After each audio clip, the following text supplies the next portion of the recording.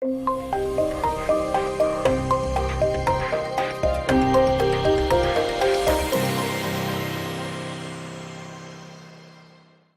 افغانستان کې د ګالف امریکایي بنسټ د نوې څېړنې له مخې د هېواد ډېری وګړي د خپل راتلونکي په اړه ناهیلې دي. ګالف بنسټ د بیخ بنسټونو روغتیایي او ښوونیزو کمښت د افغانانو اصلي ستونزې یادې کړې دي. دغه بنسټ تر اوسه د نړۍ په 160 هېوادونو کې د خلکو د ژوندانه په اړه سرویګانې ترسره کړي دي. د دغه سروي پر بنسټ د افغانستان خلک د دې پوښتنې په ځواب کې چې د ژوندانه اوسنی وضعیت یې څرنګه ارزیابي کوي په منځنۍ توګه له 2.7 نمرې اخیستې دي. د ګالف بنسټ په وینا د 2014 کال په پرتله چې د خلکو د ځواب منځنۍ کچه 4.2 کمه شوي او په نړۍ کې د ژوندانه تر ټولو ټیټه کچه ښودلې ده. سلام، وخت په خیر. زه نعمت روان یم او تاسو د تودې خبرې د خپرونې لیدونکي یاست. زموږ نننی بحث هم همدې موضوع ته ځانګړی شوی دی. په بحث کې راسره میلمانه دي د افغانستان د آبادۍ ګوند رئیس پوهاند داود راوش، د عدالت موسسې رئیس لیلما ناصري، د اقتصادي چارو کارپوه شعیب رحیم او د افغانستان د کارګرانو د اتحادیې رئیس معروف قادري. تاسو ټول ته ښه راغلاست وایم.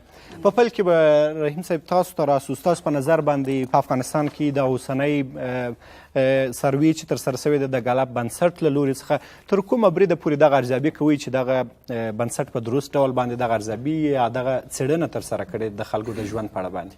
د لوی بخښونکي څښتن تعالی په سپېڅلي نعمت تاسو ته قدرمنو لیدونکو ته او په تالار کې ناستو مېلمنو ته سلامونه او درناوی. په ټوله نړۍ کې دغه سرویګانې ډېر ښه وسیله ده چې یو خاص موضوع په اړه باندې دوی کولی شي موږ ته معلومات یا ډیټا ترلاسه کړي. که راشو ګیلپ خواته، نو ګیلپ ډېره معتبره اداره ده چې تقریبا د 1945 کال را په دې خواته دوی په دغه برخه کې مسؤل دي او دغه کومه ځانګړې سروې چې تاسو یاده کړه د خلکو د ژوندانه په اړه دا تقریبا 12 کاله کېږي چې دوی دغه لړۍ پیل کړې ده او تقریبا شاوخوا 1.5 سلنه زیاتو هېوادونو کې هم دغه ترسره کېږي څنګه چې تاسو وویلې. د دې نه مخکې چې تاسو سوال ځواب ته راشم، په اول قدم کې دا ده چې په عمومي ډول دغه کومې سروې چې ترسره کېږي، بالخصوص هغه سروې چې ورته پرسپشن سروې ویل کېږي، چې په دې کې دوی بالعموم د خلکو برداشت یو ځانګړي وضعیت په اړه ارزیابي کوي او د هغه په اساس باندې دوی بیا خپلې پایلې وړاندې کوي چې دغه پروسه بیا خپلې لکه ګټې هم لري او بعضې ستونزې هم لري. ګټه یې دا ده چې تاسو ته په ډېر کم وخت کې یو ځانګړي وضعیت په اړه معلومات وړاندې کوي، خو ستونزې هم پکې شته دي. مثلا کېدای شي دوی دغه سیمپل ډېر کوچنی هغه ونه کولی شي چې د ټولو خلکو د نظر استازیتوب وکړي. همداراز کله ناکله په دې کې دغسې ستونزه رامنځته کېږي چې هغه ته موږ سټیټس کو بایس وایو، چې مثلا یو ځانګړی حالت د خلکو په ذهنونو کې ځای نیولی دی. نو سره د هغې هم چې کله دوی مثلا که امنیت یو وخت د حکومت په اړه یو ځانګړی نظر چې مثلا که فساد په اړه که امنیت په اړه چې دولت مثلا حکومت نه دی توانېدلی چې امنیت په برخه کې ځانګړی کار وکړي، نو هغه بیا د خلکو اذهانو په ذهن کې اذهانو کې ځای نیسي او بیا دوی نشي کولی چې هغه نه راووځي یو موضوع ځواب کړي. که راشو د افغانستان اوسني وضعیت ته، نو واقعا دغه سروې دغه معلومات د تشویش وړ دي.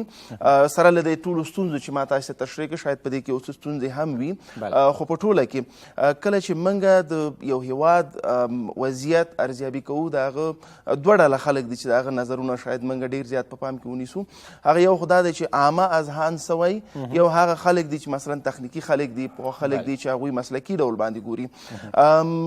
مسلکي خلکو دپاره مثلا د اقتصادي ستونزې چې یوه پوښتنه پکې په سروې کې هم وه، مسلکي خلکو دپاره دا ده چې مثلا زموږ د اقتصادي د ناخالص تولیداتو هغه سلنه څومره ده، څومره لوړه شوې ده، څومره راټیټه شوې ده. په همداراز د حکومت پالیسیانې تر کوم بریده پورې پر ځای دي یا تر کوم بریده پورې دوی د حکومت پالیسي نه ده توانېدلې چې ستونزو ته ځواب وایي. دا یو برخه ده. بل اړخ یې دا دی چې دلته عامه اذهان سره رقم دي. عامه اذهان دا دي چې مثلا که چیرې تاسې په یو ځانګړي وخت کې یو سروې کوئ، نو هغوی ګوري چې په هغه وخت کې چې دوی ژوند کوي هغه به په دوی تاثیر لري. مثلا که چیرې تاسې همدغه اوس کندهار ته لاړ شئ او د خلکو نه د امنیت په اړه یو سروې ترسره کوي، نو ځواب به ډېر زیات منفي وي.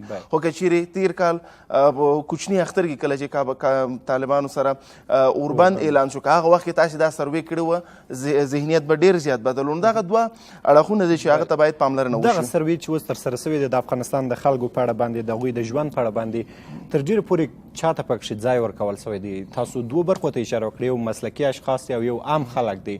دلته تر ډېرې پورې دغه سروېګانو کې د عامو خلکو پوښتنې یا نظریات راخیستل کېږي او که د مسلکي کسانو؟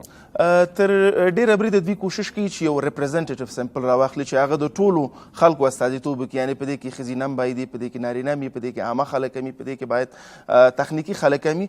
خو پرسپشن سرویس کې چون موږ عامه خلکو نظر ډېر مهمه ده، نو د دوی هغه سلنه پکې بالعموم ډېره زیاته وي چې بالاخر همدغه د باعث کېږي چې بالعموم دوی خپل راپورونو کې لیکي چې په ټوله کې خلک تر څه فکر کوي. بل دا دی چې په دغه سروې په پوښتنو کې هم داسې کله ناکله ستونزې وي. مثلا که چیرې تاسې په اروپا کې دغه سروې ترسره کوي، د هغه ځوابونو دغه پوښتنې به هلته یو مفهوم لري، په افغانستان کې بل رقم. مثلا یوه پوښتنه پکې دا چې په تېر څو څلېرویشت ساعتونو کې یا دوه درې ورځو کې تاسې کله خندلي وو، نو دا شاید خلکو ته یاد وي، شاید هغه په هغه وخت سره سم دا محیط داسې چې خلک واقعا خفه وي. نو دا هغه اړخونه دي چې بالعموم پکې ستونزه راچي. خو تر ډېره بریده دوی کوشش کوي چې یو ریپرزنټیټیو سیمپل راواخلي. خو په دې کې دا ده چې دا داسې کټ مټ داسې نه ده چې واقعا دا اصل په سله موږ ومنو. واقعا د افغانستان وضعیت د ډېرو نورو هیوادونو نه ډېر زیات د تشویش وړ دی، ګرچې موږ ډېر زیات ستونزې لرو. یعنې زه اوس هم داسې هیوادونه تاسې ته نومولی شم، داسې منطقې نومولی شم چې هلته د هغوی اقتصادي ستونزې، د هغوی ټولنیزې ستونزې زموږ نه ډېرې زیاتې دي. په کینیا کې بعضې منطقې دي، بعضې ځایونه دي چې هلته 2 وخته ډوډۍ خوړل عادي خبره ده. یعنې خلک دا فکر نه کوي چې 3 وخت هم خلک ډوډۍ خوري. په همدغه منطقو کې لکه خلک دغه سروې چې ترسره شوې دا درسته نه ده. نه داسې نه ده چې درسته نه ده. تر ډېره بریده پورې دا د خلکو هغه نظر وړاندې کوي او حکومت مجبوره دی چې په دغه تشویشونو ته ځواب ووایي او دته متوجه شي. خو داسې نه ده چې موږ وایو چې 100% کټ مټ دغه کومه په ساینسي بڼې باندې دا تحقیق شوی. واقعا زموږ وضعیت د ټولو نه خراب دی. ډېره زیات مننه. راویش صاحب ستاسو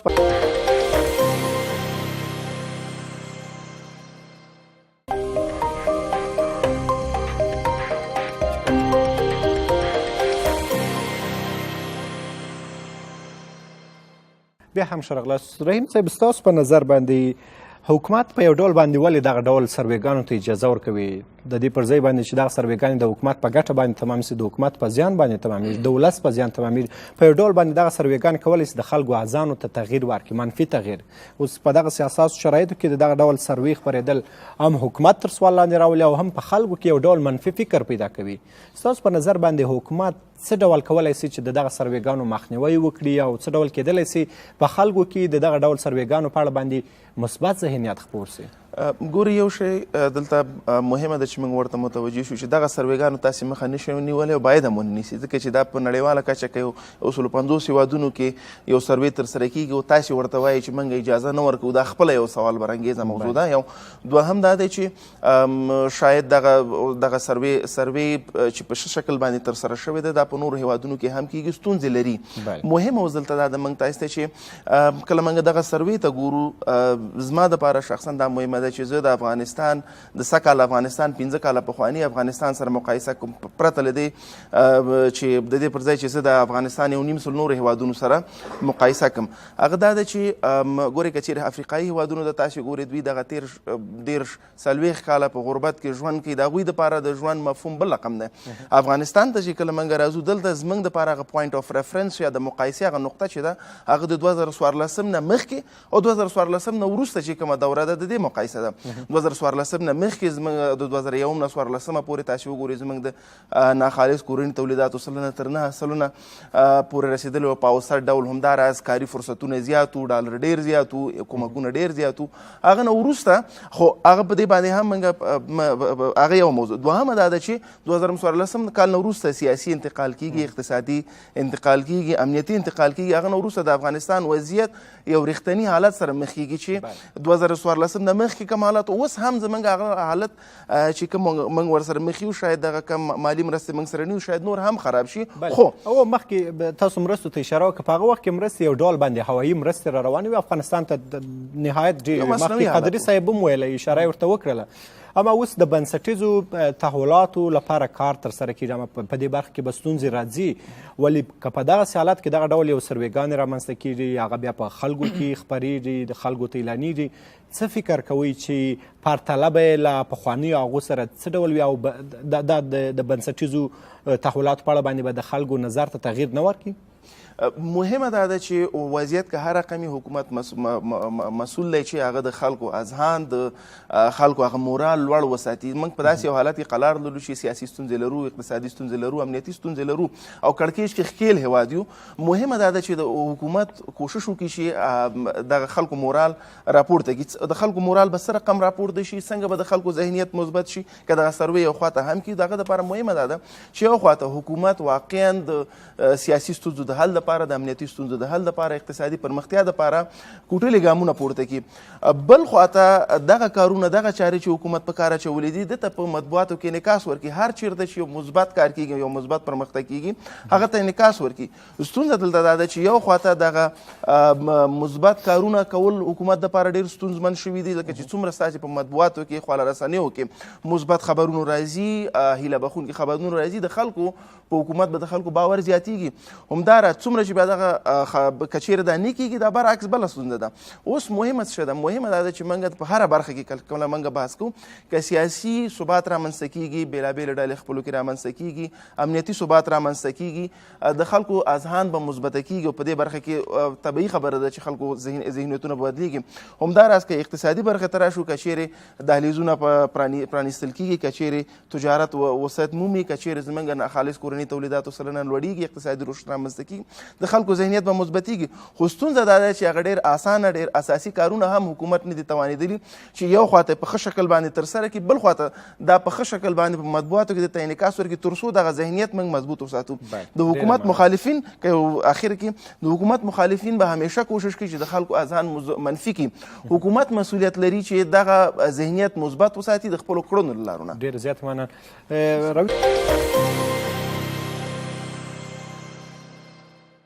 بیا هم ښه راغلاست. رحیم صاحب، 5 دقیقې وخت لرو، په 5 دقیقو کې به د اباد سره راټول کړو څه ډول کېدلی سي دغه ډول سرویګانې که د حکومت له لوري ترسره کېږي یا د بهرنیانو له لوري ترسره کېږي، هم د حکومت په ګټه، هم د خلکو په ګټه او هم د دې ټولنې په ګټه باندې موږ تمام کړو یا ترسره کړو؟ ګورې، په دې سروی باندې که موږ څومره هم نیوکې وکړو، څومره بحثونه مو وکړو، هغه په خپل ځای خدا دی چې د حکومت مخالفینو ته کافي مواد تولیدېږي چې هغوی په حکومت باندې نیوکه وکړي. دوهمه دا ده چې دا 4 سلنه چې دوی یادوي، زما دپاره د منلو وړ نه ده شخصا، ځکه چې یو هېواد کې چې 4 میلیونه کسان د رایې صندوقونو خواته ځي، رایې کاروي، نو تاسې بیا راپاڅېږئ وایي چې دا خلک د ژوند ناهیله نه لري. دا په دې معنی دا 4% خلک چې ژوند فقط 4% خلک مطمئن، دا په دې معنی نور ټول خلک مرګ ته په تمه دي، نور هیڅ شی هم نه کوي.